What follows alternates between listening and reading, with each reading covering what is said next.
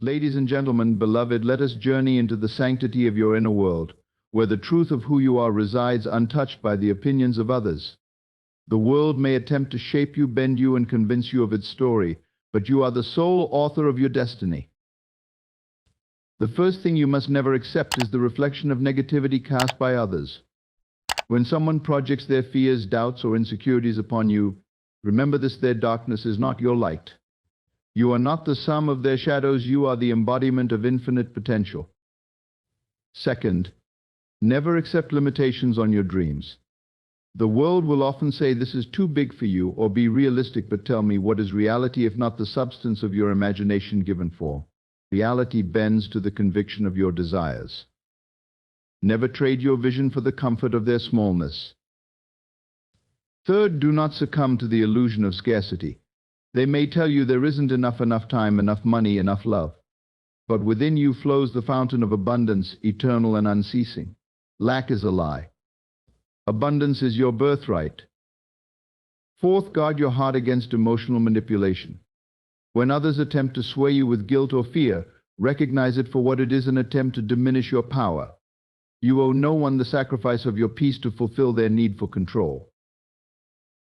Fifth, never mistake fear for love. Sometimes what is masked as concern is rooted in their own inability to see possibilities. Do not let their fears become the ceiling of your faith. True love liberates, it does not confine. Sixth, reject judgments that question your worth. Opinions are like waves, they come and go, but they cannot erode the rock of your self-belief unless you allow them. Hold steadfast to the knowing that you are worthy, always.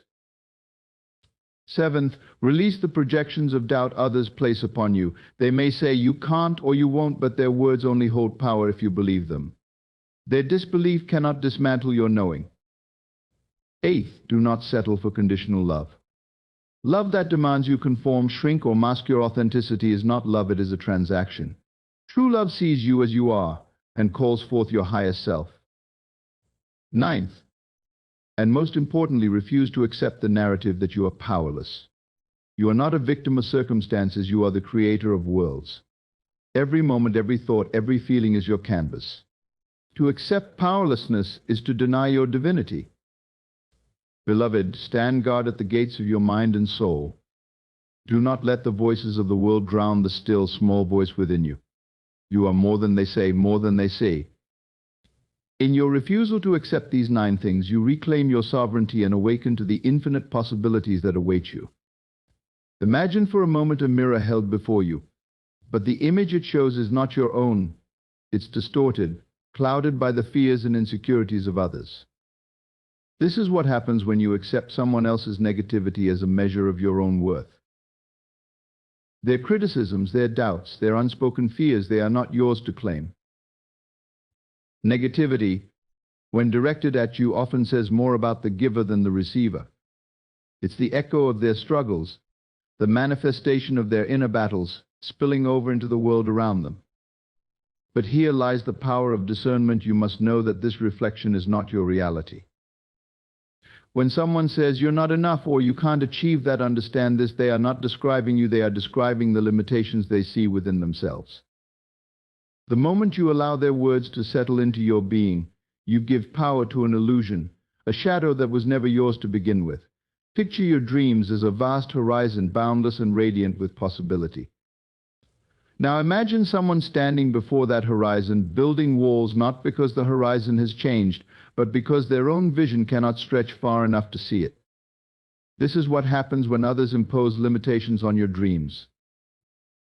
When they say, "That's too ambitious," or "Be realistic," what they are truly revealing is the narrowness of their own belief system.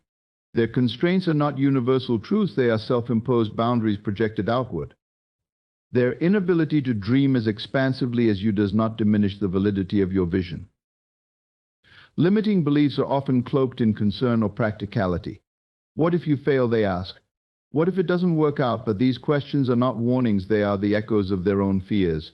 Fears that have nothing to do with your potential. Imagine a world where every breath you take is rationed, where the sunlight is measured, and the air is limited. This is the illusion that the belief in scarcity creates, a mindset that convinces you that what you need, what you desire, is finite, elusive, or out of reach. Scarcity whispers there isn't enough for everyone, as though the universe itself is constrained. But scarcity is not a law, it is a perspective, a veil that obscures the infinite supply that surrounds you. When someone tells you that resources, opportunities, or success are limited, they are projecting their own inability to perceive abundance. This belief often manifests in phrases like "you have to compete to survive" or "don't ask for too much." These ideas are rooted in fear, not reality.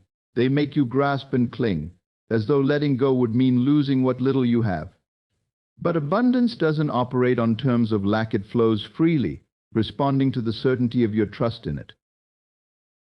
Scarcity teaches you to look at the world with eyes of doubt. It convinces you to see lack in situations where the potential for plenty already exists. But abundance asks you to shift your focus to see the endless possibilities, the untapped opportunities, and the wealth of ideas and energy that are always available. Imagine someone tugging at invisible strings, strings attached not to your body but to your emotions. This is the essence of emotional manipulation, a subtle, often hidden force designed to bend your will and control your actions by distorting how you feel. Guilt is one of the most potent tools in this manipulation. It comes cloaked in phrases like "if you loved me, you would," or "after all I've done for you." Such words are not born of love or understanding, they are calculated attempts to sway you into acting against your own truth. Guilt becomes a weight, not because it is deserved, but because it has been deliberately placed upon you. This form of control thrives on your empathy. The manipulator counts on your desire to avoid conflict, to please others, or to live up to expectations. They turn these noble qualities into tools of their own agenda, steering you away from your own needs and boundaries. The true danger lies in how insidious this control can be. It doesn't announce itself loudly, it whispers, gradually weaving a web around your choices until you start to question whether your actions are truly your own. It makes you feel responsible for another's happiness or comfort, as if their well-being depends solely on your sacrifice. Judgments from others can feel like sharp edges, attempting to carve away at the truth of who you are. They arrive as comments, opinions, or dismissals, often spoken as though they hold the weight of authority. Yet these judgments are not a reflection of your worth, they are a projection of someone else's limited perception. When someone tells you that you are not good enough, not smart enough, or not capable, they are not describing your reality. They are revealing their own inability to see your light. Their words carry no power unless you allow them to seep into the foundation of your beliefs. Judgments that contradict your self-worth often come disguised as advice or concern. "I'm just being honest," they might say. But honesty without compassion is not truth, it's a weapon. These judgments are not meant to uplift you, they aim to confine you to a box of their own making. Your self-worth is not up for negotiation. It is not determined by how others measure you or how they choose to label your actions, dreams, or existence. Their judgments, no matter how loud or persistent, are like ripples on the surface of an ocean. They cannot alter the depth of your being.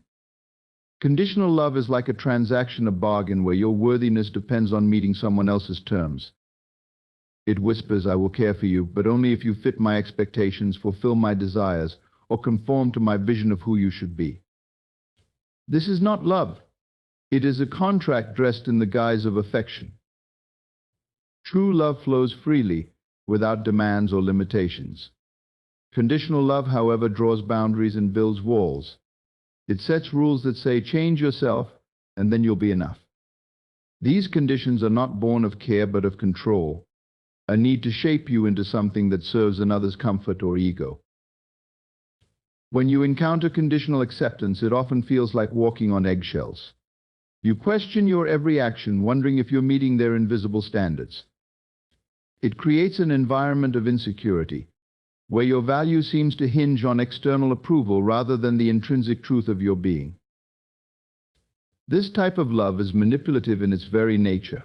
It teaches you to shrink yourself, to suppress your authenticity in order to maintain connection. But any connection built on conditions is fragile, a house of cards that can collapse the moment you step outside its confines. False narratives are stories others create about you, stories that attempt to define who you are or what you can achieve, often without your consent. These narratives may stem from their misunderstandings, biases, or fears, but they are not rooted in the truth of your being. When someone says you'll never be able to do that or you're just not that kind of person, they are weaving a tale that reflects their own limitations, not yours. These words are not a mirror of your abilities, but a projection of their doubts and insecurities. Such narratives can be powerful if left unchecked. They creep into your mind, making you question your potential and altering how you perceive yourself. Over time, you may find yourself living within the confines of someone else's story, forgetting that you are the author of your own. These false narratives often disguise themselves as advice or constructive criticism. They sound reasonable, even helpful, but their true purpose is to box you into a version of yourself that feels safe or manageable for others. They seek to anchor you to their perception, keeping you from exploring the boundless possibilities of who you can become. The belief that you are powerless or undeserving is one of the most deceptive illusions, one that seeks to separate you from your own divinity. It whispers you can't and you're not enough, as if these lies were truths carved into stone. Yet, this illusion is not real. It is a veil drawn over the limitless power and worth that are your essence. This falsehood often stems from external influences, a society that prioritizes hierarchy, voices that diminish your confidence, or experiences that made you doubt your potential. These factors work together to weave a narrative that says you don't deserve more, or you are at the mercy of circumstances, but these words carry no authority unless you choose to believe them. Powerlessness is not your natural state, it is a conditioned response. It arises when you look at the world through the lens of lack and fear, forgetting the boundless energy that flows through you.